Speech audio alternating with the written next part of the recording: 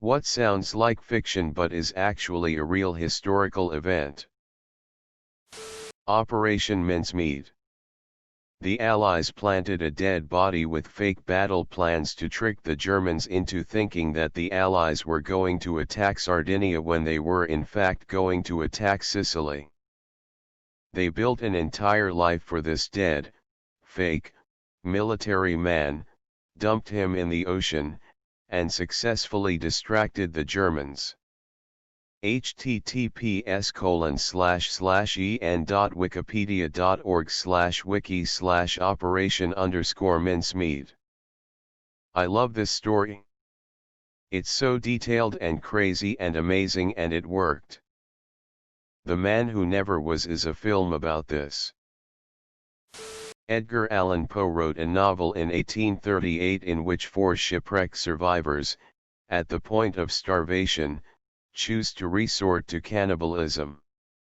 So they kill the young cabin boy, Richard Parker, and eat him. In 1884, a ship called the Mincemeat sank. 4 crew members survived. At the point of starvation, they killed and ate the youngest of them, Richard Parker. The inspiration for the tiger's name in Life of Pi. Didn't Poe also write a gag column to a newspaper claiming the first transatlantic hot air balloon flight, but it was years before the first actually happened, and when it did he nailed the cities and the time damn near to a T? The death of Ken Rex McElroy. He terrorized Skidmore, Missouri for decades. Stalking, assaulting, murdering, and raped 2 14-year-olds who were his wives. He had an expensive attorney, so he was never charged. The law never helped the poor town. One day, the town gathered for a meeting on how to deal with McElroy. Details get a little vague here, but apparently someone alerted the room that McElroy was in the bar up the street. Quietly and calmly, everyone got up and walked over to the bar. As McElroy got into his truck, someone shot him in the back of the head. The town just went back to their business. When the witnesses, like the entire town, were questioned, everyone claimed they didn't see anything. No one has ever been arrested. There's a mini-series documentary about the incident called No One Saw a Thing. It's pretty interesting. Many of the residents believe the town is cursed because a couple of unrelated, unsolved murders and disappearances happened over the years after McElroy's murder, and they stain the town's reputation. They also interview McElroy's wife and children, and you learn how the incident affected them. It's a pretty in-depth exploration of the gray morality of vigilantism and how the consequences of actions can have long-lasting effects.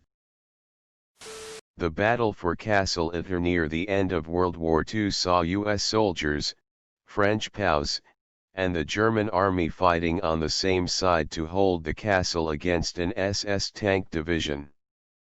To make it even weirder, the French prisoners included several prime ministers and a tennis star. A tennis star, 2 prime ministers, 2 French generals, a former SS officer, and Charles de Gaulle's sister. Someone get Tarantino on the phone, he needs to work on this. The escape from Antarctica by the members of the Antarctic expedition led by Ernest Shackleton. The stuff they went through was unbelievable. Their boat, the Endurance, was crushed by ice floes. They were stranded on the floes for over a year in temperatures well below freezing. They then took to 3 boats around 22 feet in length across the Antarctic Ocean looking for land. There were about 10 men in each boat. They missed reaching land by just a few miles at times. 2/3 of them got stranded on Elephant Island surrounded by ice, while one of the boats went out in search of rescue. That boat made it through the Drake Passage, one of the deadliest places in the ocean.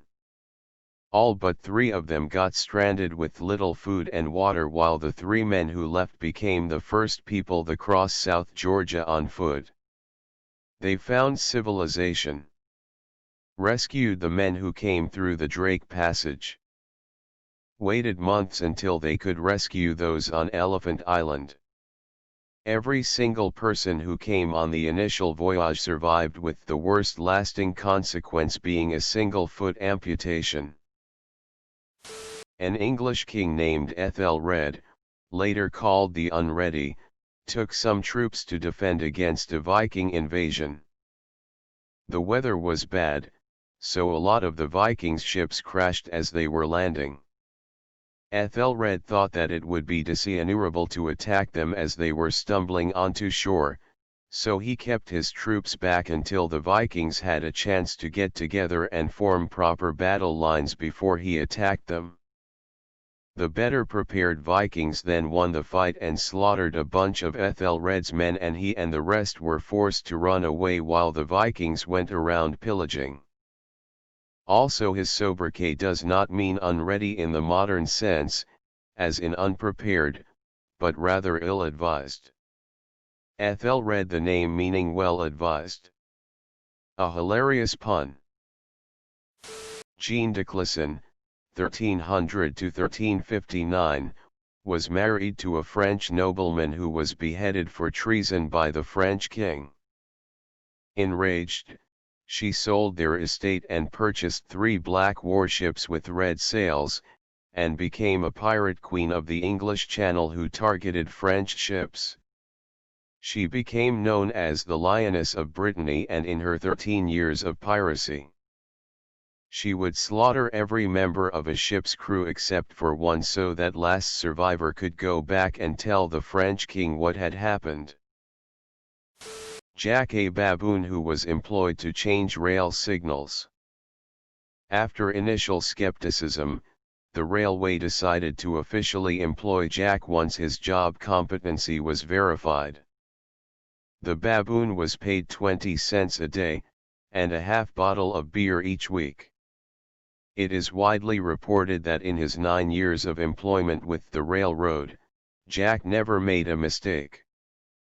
An official investigation was initiated after a concerned member of the public reported that a baboon was observed changing railway signals at Eaton Hague near Port Elizabeth. Can you imagine? The life of Harriet Tubman, one of the rare examples of someone who is a household name for being a badass who was actually about 10 times more badass than people know about. Things she did other than the Underground Railroad. She financed and recruited for John Brown's Harper's Ferry slab revolt raid, and the only reason she didn't fight in person was she was bedridden with malaria. During the Civil War, she joined the Union Army as a cook/nurse.